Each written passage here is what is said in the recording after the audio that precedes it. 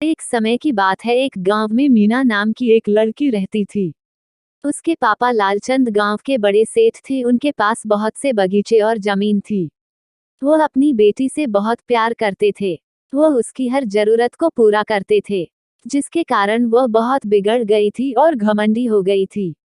वो कभी कभी अपने पापा के सामने अजीब सी मांग रखती थी, जिसको भी उसके पापा पूरा करते थे। वो कभी कभी अपने घर के नौकरों का अनादर करती थी। लीला की एक दोस्त रमा थी, जिसके साथ वह अक्सर खेला करती थी।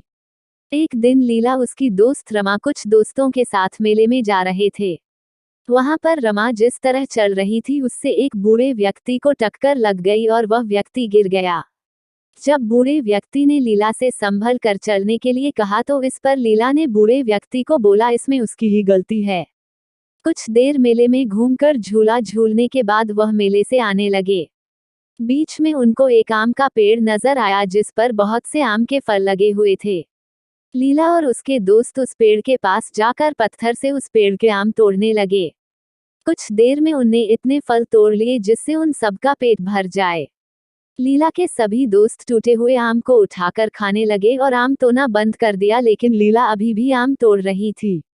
जब रमा ने लीला से कहा कि हमने इतने आम तोड़ लिए हैं कि हम सबका इससे पेट भर सके, तो तुम और आम क्यों तोड़ रही हो? लीला बोली, मैं इस पेड़ के सभी आम तोड़ दूंगी। रमा और उसके दोस्त आम खाने में व्यस्त हो गए, लेकिन लीला आम तोड़ती रही। कुछ देर के अंदर बहुत सारे आम तोड़ने के बाद भी वो बाकी आम तोड़ने में लगी रही। तभी वह आम का पेड़ बोल उठा, लीला तुम इतने फल क्यों तोड़ रही हो? जितने आम तुमने तोड़े हैं वह तुम्हारे लिए पर्याप्त है। पेड़ को बोलता देखकर लीला के दोस्त डर गए, लेकिन लीला बोली, मैं तो आज तुम्हारे सारे आम तोड़ूंगी। आम के पेड़ ने लीला को चेतावनी दी वह रुक जाए और बाकी आम ना तोड़े, लेकिन लीला कहाँ मानने वाली थी। उसने आम तोड़ना जारी रखा और बोला, तुम मेरा क्या बिगाड़ोगे? आम के पेड़ ने बोला, लीला तुम बहुत घमंडी लड़की हो, तुमको सबक सिखाना ही पड़ेगा। इसके बाद आम के पेड़ ने लीला पर जादू किया, जिससे उसकी मूंछें निकल आई। उसे देखकर उसके सभी साथी हंसने लगे। लीला आम के पेड़ से विनती करने लगी, वह अब ऐसा नहीं करेगी, वो उसकी मूंछों को हटा दे। लेकिन आम का पेड़ बोला, पहले तुम जाकर अपने पिता को लेकर आओ, अगर वह मुझसे इसके लिए बोलेंगे तभी मैं तुम्हारी मूंछों को हटाऊंगा। यह सुनकर लीला मुंह पर चुन्नी लपेटकर घर जाने लगी। मार्केट में जाने पर बहुत तेज हवा आई और उसकी चुन्नी उड़ गई, जिससे सभी लोगों ने लीला की मूंछों को देख लिया और मूंछों वाली लड़की कहकर हंसने लगे। लीला उन सब से पीछा छुड़ाकर अपने घर चली गई और अपने पापा को सारी बात बताई। उसके पिता लालचंद अपनी बेटी को परेशान देखकर तभी लीला के साथ उस आम के पेड़ के पास जाने के लिए चल पड़े। आम के पेड़ के पास जाकर लीलाचंद ने उससे अपनी बेटी की मूंछों को हटाने को बोला।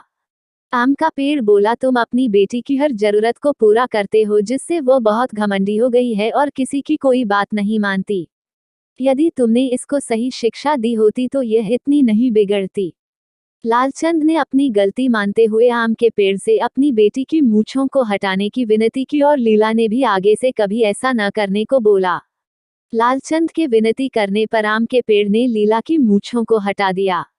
इसके बाद लीला सुधर गई और सबसे सही से पेश आने लगी और घमंड करना बंद कर दिया।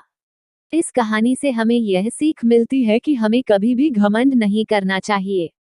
प्लीज लाइक करिएगा, सब्सक्राइब करिएगा और मुझे सपोर्ट करिएगा।